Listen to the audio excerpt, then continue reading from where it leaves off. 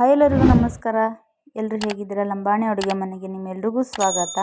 ಯಾವಾಗಲೂ ಒಂದೇ ಥರದ ದೋಸೆ, ಯಾವಾಗಲೂ ಒಂದೇ ಥರದ ತಿಂಡಿ ಮಾಡೋ ಬದಲು ಈ ರೀತಿಯಾಗಿ ಹುಳಿ ದೋಸೆ ಅಥವಾ ಆನಿಯನ್ ಉತ್ತಪ್ಪನ ಟ್ರೈ ಮಾಡಿದರೆ ನಮಗೂ ಇಷ್ಟ ಆಗುತ್ತೆ, ಮನೆಯಲ್ಲೂ ಕೂಡ ಇಷ್ಟಪಟ್ಟು ತಿಂತಾರೆ. ಹಾಗಾಗಿ ಬನ್ನಿ ನೋಡ್ಕೊಂಬರೋಣ. ತುಂಬಾ ಚೆನ್ನಾಗಿ ಬರುತ್ತೆ ಈ ದೋಸೆ ಉತ್ತಪ್ಪ, ಎಲ್ಲರೂ ಕೂಡ ಇಷ್ಟಪಟ್ಟು ತಿಂತಾರೆ. ಹಾಗಾದರೆ ಇನ್ಯಾಕೆ ತಡ, ಬನ್ನಿ ನೋಡ್ಕೊಂಬರೋಣ. ಮೊದಲಿಗೆ ಇಲ್ಲಿ ಒಂದು ಗ್ಲಾಸ್ ಅಕ್ಕಿ ಏನಿದೆಯಲ್ಲ, ಮೆಜರ್ಮೆಂಟಿಂದ ಒಂದು ಗ್ಲಾಸ್ ಅಕ್ಕಿ ತೊಗೊಂಡಿದ್ದೀನಿ, ಸ್ಟೋರ್ ಅಕ್ಕಿ. ನೀವು ಬೇಕಾದರೆ ಯಾವ ಅಕ್ಕಿನಾದರೂ ತೊಗೋಬೋದು. ಅದಕ್ಕೆ ಸರಿಯಾದ ಪ್ರಮಾಣದಲ್ಲಿ ಒಂದು ಗ್ಲಾಸ್ ಅಕ್ಕಿಗೆ ಅರ್ಧ ಗ್ಲಾಸ್ ಅಷ್ಟು ಉದ್ದಿನಬೇಳೆ ಸೇರಿಸ್ಕೊತಾ ಇದ್ದೀನಿ. ನಂತರ ಸ್ವಲ್ಪ ಮೆಂತ್ಯದ ಕಾಳು, ಆಮೇಲೆ ಶೇಂಗದ ಕಾಳು ಹಾಕ್ಕೊಂಡಿದ್ದೀನಿ. ಮತ್ತು ನಂತರ ಕಡಲೆಬೇಳೆ ಇರುತ್ತಲ್ಲ, ಕಡಲೆಬೇಳೆನ ಹಾಕ್ಕೊಂಡಿದ್ದೀನಿ. ಇವಿಷ್ಟು ಹಾಕ್ಕೊಂಡು ಚೆನ್ನಾಗಿ ಒಂದೆರಡು ಸರಿ ಅದನ್ನು ವಾಶ್ ಮಾಡ್ಕೊಂಬಿಡೋಣ. ಚೆನ್ನಾಗಿ ವಾಶ್ ಮಾಡಿದ ನಂತರ ಒಂದು 5ರಿಂದ 6 ಗಂಟೆವರೆಗೂ ನೆನೆಯೋಕ್ಕೆ ಬಿಟ್ಬಿಡೋಣ ಇದನ್ನು.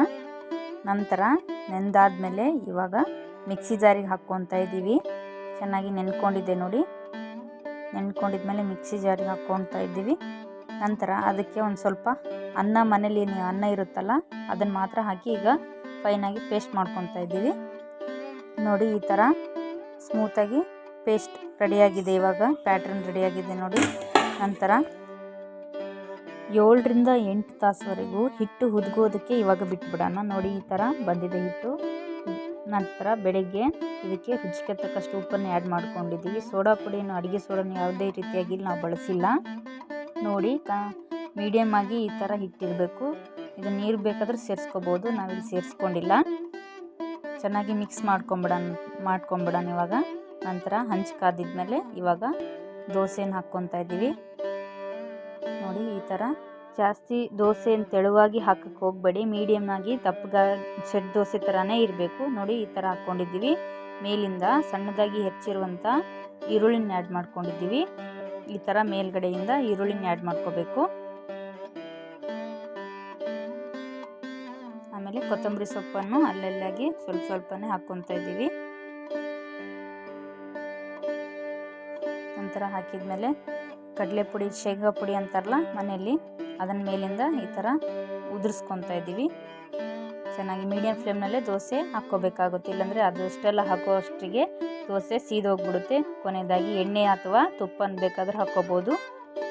ನಂತರ ಚೆನ್ನಾಗಿ ಬೆಂದಾದ್ಮೇಲೆ ಒಂದು ಸೈಡ್ ರೊಟೇಷನ್ ಮಾಡ್ಕೊಂಬಿಡೋಣ. ನೋಡಿ, ಈ ಥರ ಚೆನ್ನಾಗಿ ಕ್ರಿಸ್ಪಿಯಾಗಿ ಬರುತ್ತೆ ದೋಸೆ. ತುಂಬಾ ಚೆನ್ನಾಗಿರುತ್ತೆ, ರುಚಿ ಅಂತೂ ತುಂಬಾ ಚೆನ್ನಾಗಿ ಬರುತ್ತೆ. ನೀವು ಕೂಡ ಮನೇಲಿ ಒಮ್ಮೆ ಟ್ರೈ ಮಾಡಿ, ತುಂಬಾ ಚೆನ್ನಾಗಿ ಬರುತ್ತೆ ಅಂತ ಹೇಳ್ಬೋದು. ನೋಡಿ, ಈ ಥರ ಬಂದಿದೆ.